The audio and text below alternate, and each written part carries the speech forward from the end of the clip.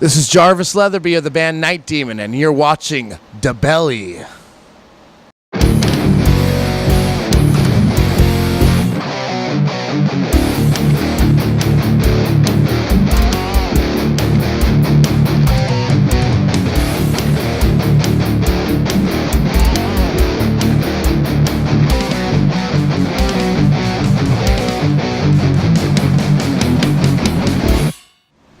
Hi, this is Dave from DaBelly.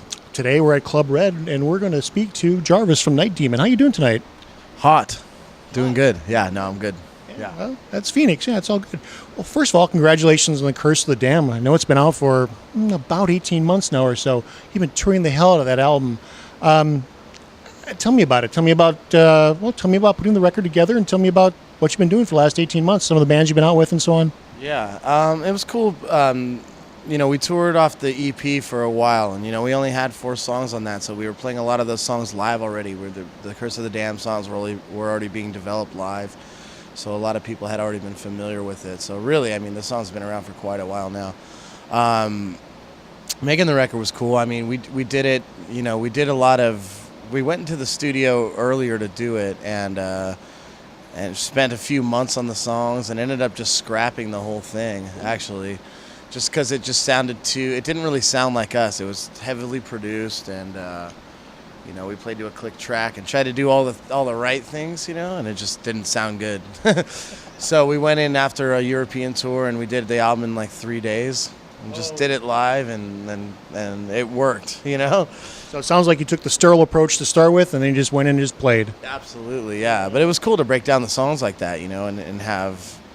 So we basically have some very high production demos, which those will come out later, but that's cool too, but it didn't represent the 3 guys on stage really, really well. But January 2015 is when it came out. We hadn't really planned on doing another record like soon after, so we're still in that. We're basically an undiscovered band at that point, So the album had a lot of great reviews last year. We made 30 top 10 lists, and we get 5 album of the year. So really, a year after it came out, I don't want to say it had a rebirth because it never really slowed down, but it really started to pick up, But we had done about 11 weeks in Europe after it came out. Did a lot of festivals, a lot of club shows on our own.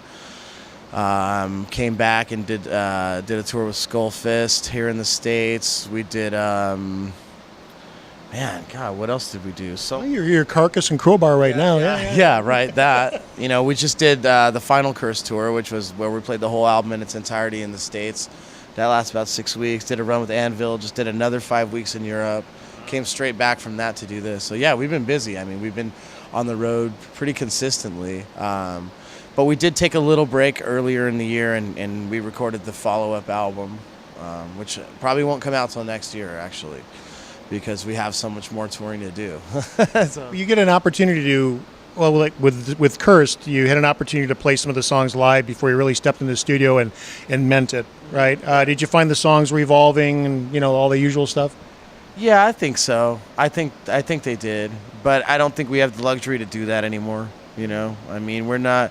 Like I said, the next record's done, but we're not going to be playing anything live off that record. What? Come on now, you got good stuff sitting there. Yeah, but it's just, with the internet and YouTube and all this stuff, we're trying to get away from that stuff, to be honest. We've actually asked some people to pull some things down, we have our own content that we like to put out there, as far as I'm talking about live show stuff. That's all I'm talking about, anything else is fine. But usually the quality's pretty bad, and it's one thing. If I knew that nobody was going to be filming or recording audio of the show, then we would totally do that for the fans. We would, we would. But it's just what year is this, right? Yeah, right. It's just too much. It's too much of a risk for us to do that and have that stuff out there because it's just not represented the way we want it. We want people to hear that record. So we're looking at early next year for a release on that.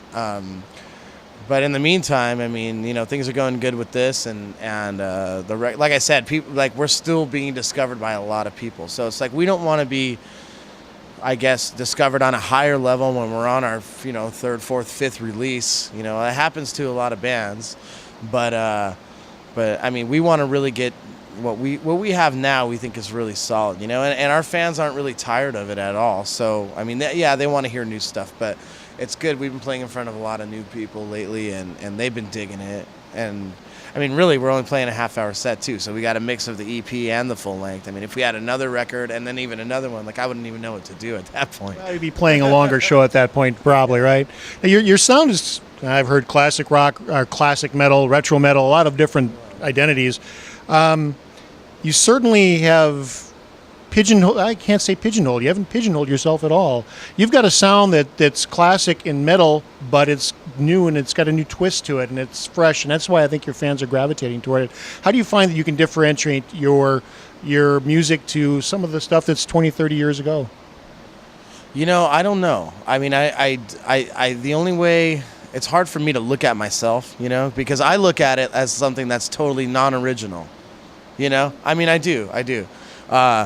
But and that was our intention too. I mean, we always said we'd rather listen to something good than something original these days. I mean, really. But there are some things that people have brought to light, and mainly as other people telling me. We do a lot of guitar and bass harmonies together. That because we only have one guitar player. We did want two guitar players. We just didn't find the right person, so we just kind of went on with it. But out of necessity, we've kind of created that, and it's kind of our signature, and it's an innovative in a way, which I never thought would ever happen with a band like this, that we'd come up with something new that people don't do, But yeah, we didn't get in this game to reinvent the wheel. I mean, I played in so many bands over the years, and this was just something that we just was close to home and close to our heart, and we wanted to do, and it, much to our surprise, other people like it too. I mean, we recorded that EP, and we didn't play for the band. It wasn't a band for the first year and a half after we recorded that. We just did it for ourselves and for our friends, and we didn't press it or anything. We didn't release it, and people kept telling us, "Man, you really got to do this band." I don't know. I don't think people really care about it, And we put it out there, and here we are. Sometimes what is old is new again, right? I mean, It's come around a tree, and it's very cool, because a lot of the bands, the classic bands are all going away. I mean, they have no choice. Everybody ages out of it, and it's nice to hear the same sounds. Yeah, that's one thing, that I have noticed over the years. And it makes me sad, but I want hope for the future of heavy metal, and we're here to be on the forefront of that, I mean, we're here to lead that charge, and there's a lot of things that we do behind the lines besides playing in a band where we do that, I mean, we inspire a lot of other bands to tour. We put tours together, we put on festivals, we put out compilations, I mean, we're very active in the scene, and I think that's important, I mean, competition's good on stage, but really, no, it is, I mean, and we do that. I mean, we'll tour with some people that are very close to us, but our goal is to kill them every night, to make them work harder, and vice versa. But all in all, I mean, we want everybody to do well and everybody to succeed, and we want to be a part of that, because when everybody does, there can't just be one band out there killing it, I mean, it's just not healthy. It's not good for the scene, So I know that you've been out, like we said, 18 months on this record alone, and you've played with a lot of really cool bands. What makes a good show for you? I mean, you're talking about playing as not only one band doing well for the night, but all bands putting on a great show. What makes a good show for you? I think what makes a good show for me is the collective energy, especially if you're on a tour package like this, There's a chemistry that we have between the bands, and we hang out a lot, and we watch each other play, and that kind of stuff is pretty motivating, between the bands. We help each other out with certain stage stuff, and it's cool. It's like a traveling circus in a way, yeah. And a lot of our bands have some production value to it, It's not just guys getting up there and just playing a boring show. I mean, we have our own lighting and, our mascot. And, obviously Ghoul does their thing, and Carcass has an amazing set, like a really, they have TVs on stage and all kinds of stuff, it's great, but I like that. And that's what bothers me about a lot of the older bands that are back now playing, because I think like those bands are the ones that brought that to our attention, and now they're just totally stripped down. And I'm like, whoa, why now? Especially when you're older and you can't move around as much and you can't perform as well. Like, you got to have the production to balance it out. I really think so. I mean, with the exception of Iron Maiden and bands like that, I mean, they're always going to do well. I mean, if they can't, I don't think they would do it. I think they would stop, Yeah, I completely agree with you. Yeah, there's a lot of great bands out there, and it's the fashion of the show, I think, and some of the production values, how they kind of change over time.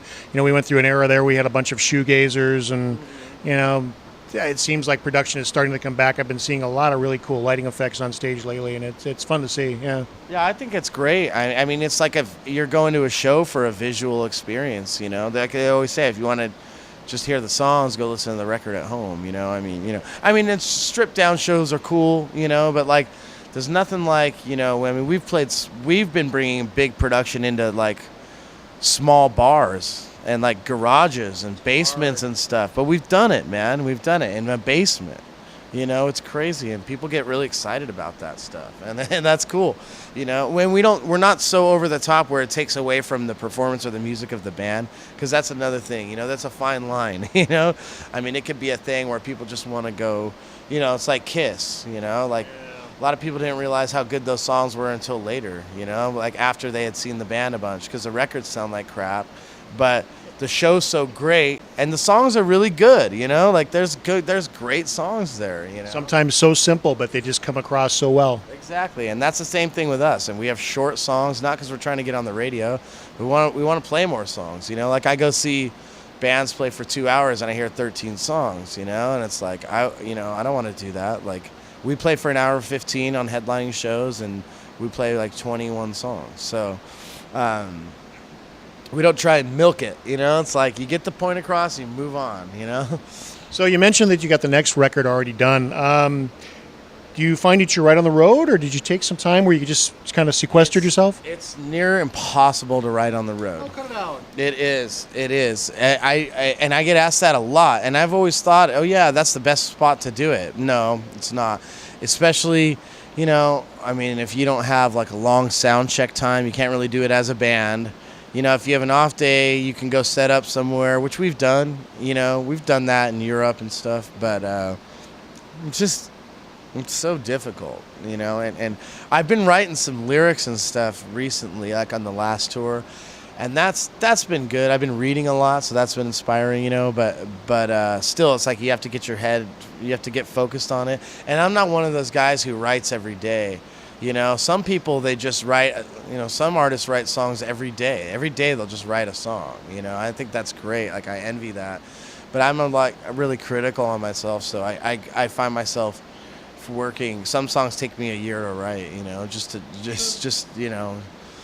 get. That's, you kind of know the storyline of the song, or the purpose of the song is good at that point, because you keep coming back to it. Yeah. You keep playing with it. Right? I think the key is to just not give up on it. It's to finish things too. Like sometimes, like last year, I started when we were home. I started writing a lot more, and I would get so frustrated, and have writer's block. And they say that writer's block is like, it's true. It's like I was writing all the time, but I just didn't like what I was writing. It's not that you can't write. It's just like, oh, this is the same old stuff, kind of feel like you're in a box. But so what I started to do was, I said, like one day I just woke up and said, you know what, today I'm going to just write a really bad song, but I'm going to finish it. No, really. But I said, I'm going to finish it. So I just worked on it, and I go, what's the worst song I could write? And I wrote this terrible song, but I finished it, and it felt so good, just that completion of it, and I worked it out, and I thought, well, I could probably do this part even worse, so I did it worse, but it was great, it was great, and it really, like, it inspired me, it inspired me to do more stuff, and just take it easy, and just go, it doesn't really matter as much, I think a lot of the songs I've written, especially the early Night Demon songs, they came together so quick, and I wasn't that focused on what anybody thought, and like those are some of people's favorite songs, so Sounds like we got a Night Demon, the Worst of album in the works here. yeah, what should have been, what should not be, or something. Yeah. Songs from hell. Well, that's all I've got. Is there anything else you want to talk about? Come on. Not really. Buy my I don't know. record. No, it's okay. You don't have to buy it. Steal it like everybody else. Yeah, steal it. If you buy it, you're lining someone else's pockets, not ours. No, I'm just kidding. That's just that. No. I don't know. I just want to give some advice to any young musicians out there that want to do this for a living. My advice is don't go to college, do something else. No, I'm just kidding. No, really though, I think like a lot of people get the wrong idea. There's a lot of talk right now that hard rock is dead and just rock and roll is dead, and I get that. I understand that. I understand why. There's a lot of things. A lot of the laws make it hard for rock and roll, but that's what rock and roll is all about, is defying that stuff. I mean, the drinking age gets higher. There's less clubs. Bands are playing bars now and not all ages shows. Rock and roll is a youth-oriented sport, and it's alienating the youth. I understand that, and people are going to other things, computers and stuff, and I get that. But there are still people that love it, and we love doing it, and the fans love it, and it's okay that it's gone dormant a little bit, It's okay that it's not mainstream. It's not supposed to be, It's not supposed to be. When it was mainstream, it got really bad, So these times, this is like the Wild West. Everybody's trying to figure out how it's going to work and stuff. But the reality is bands like us are making it work, We are making it work. I mean, and that's it. We live meager lifestyles, but I mean, that's how we survive. I mean, we do it for survival, and that's it. And it is a lifestyle, most definitely. And I think that the bigger guys who are making a lot of money are getting scared and running away, and that's a really good thing, No, it really is. It's a really good thing, because the quality of everything goes up, and the people that really want to do it are out here doing it, And rock and roll is definitely not dead.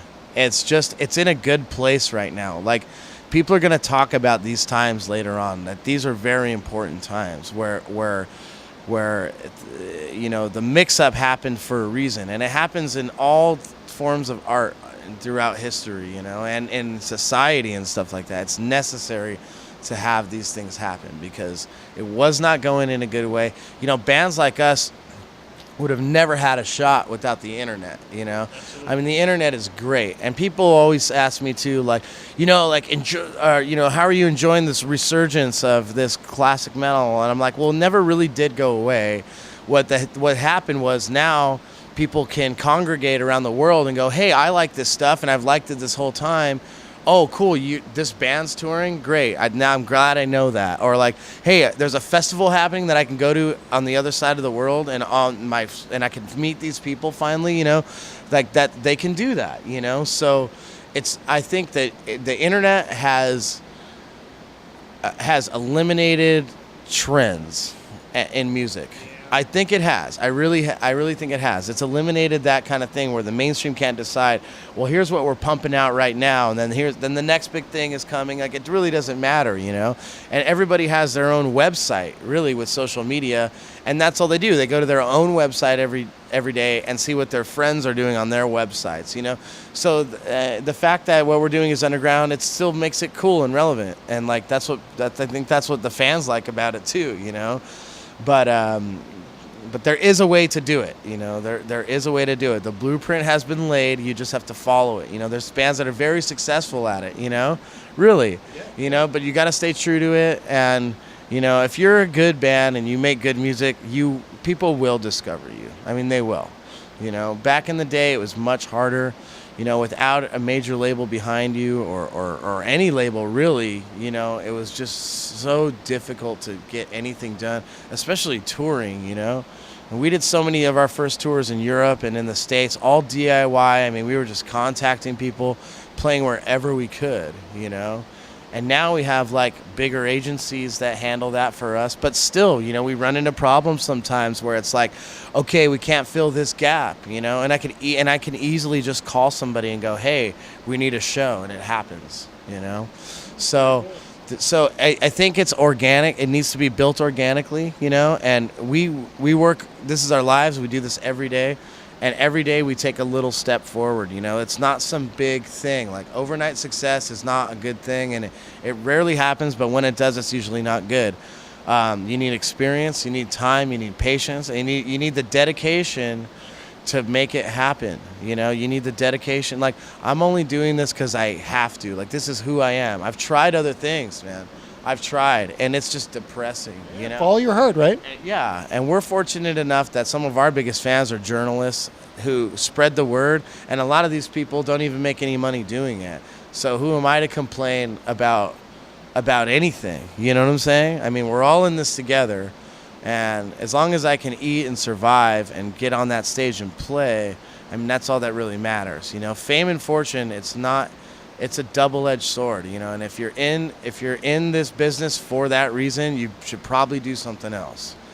Really. I agree. And because people will see that, and they'll know what you're trying to do, and they'll see right through that. And the best thing, if you're into this, is just to be genuine with your audience, and they'll respect you for that, So that's all I got to say. Just keep it real.